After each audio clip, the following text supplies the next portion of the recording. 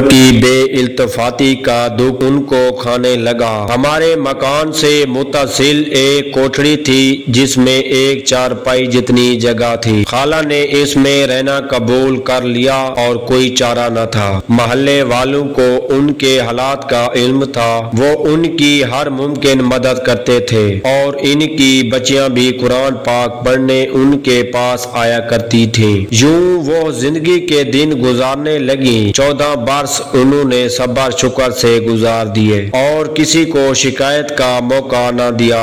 ایک دن ہم اسلام آباد گئے تو اچانک سلیم احمد بھائی مل گئے۔ انہوں نے بتایا کاروبار خوب چل نکلا تو وہ اب اسلام آباد میں شفٹ ہو گئے ہیں اور یہاں اپنا بنگلہ لیا ہے۔ وہ کافی امیر ہو گئے تھے۔ بھائی نے ریحانہ خالہ کے بارے میں دریافت کیا تو بولے کہ ان کی وفات ہو چکی ہے۔ یہ جواب سن کر ابو اور بھائی تو سکتے میں آ گئے۔ گھر آ کر خالہ کو بتایا، وہ بھی غمزدہ ہو گئی۔ پھر بولی اگر انہوں نے مجھے مرا ہوا سمجھ لیا ہے تو یہی صحیح، شاید کہ ان کی خوشی میرے مر جانے میں ہے۔ والدہ اور والد صاحب نے بہت کہا کہ ہم آپ کو سلیم احمد کے گھر لے چلتے ہیں، دیکھتے ہیں کیسے نہیں رکھتا، مگر ریحانہ خالہ نے جانے سے انکار کر دیا۔ بولی میں یہاں عزت سے زندگی کے دن گزار رہی ہوں، بس یہی ٹھیک ہوں، میری غیرت اب ان کے ٹکڑوں پر پلنا گوارا نہ کرے گی۔ والد صاحب اور بھائی اسلام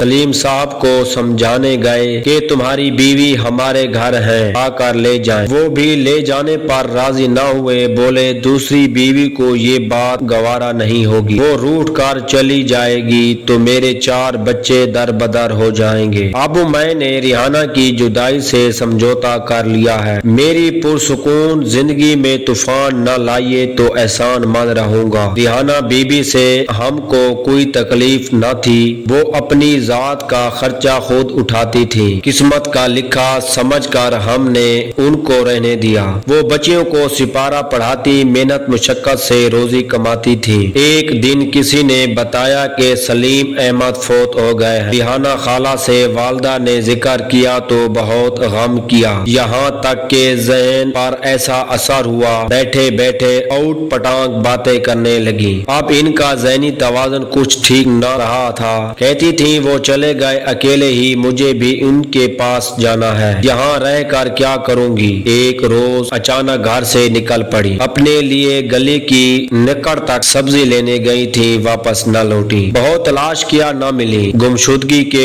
3 ماہ بعد ایک دن بازار میں سڑک پر بھیک مانگتی نظر آئیں۔ ان کی حالت دیکھ کر صدمہ ہوا، ہم نے پکڑ کر گاڑی میں بٹھایا، گھر لا کر امی نے نہلایا دھلایا، صاف کپڑے پہنائے۔ کچھ روز بعد اپنے حواسوں میں آ گئیں تو بتایا کہ مجھے کچھ لوگ پکڑ کر لے گئے تھے، نیند کی دوا کھلا کر سلا دیتے تھے، پھر سڑک پر بھیک منگوانے لگے، نگرانی کرتے تھے، شام کو بھیک کی رقم سمیٹ لیتے تھے۔ یہ گروہ ہے جس کا کام ہی ہم جیسے لاچار لوگوں سے بھیک منگوانا ہے۔ میری طرح اور لوگ بھی ان کے چنگل میں پھنسے ہیں، ان کو نشے کی دوا کھلاتے ہیں۔ ہم ان کا بہت خیال رکھنے لگے۔ ان کی ذہنی حالت ٹھیک نہ رہی تھی، نشے کی عادی ہو گئی تھی اور کبھی کبھی بہکی باتیں کرتی تھی اور یادداشت کھو جاتی تھی تو پہچانتی نہ تھی۔ ایک روز ذرا سی غفلت سے دروازہ کھلا رہ گیا تو نکل گئی اور غائب ہو گئی۔ بہت تلاش کیا،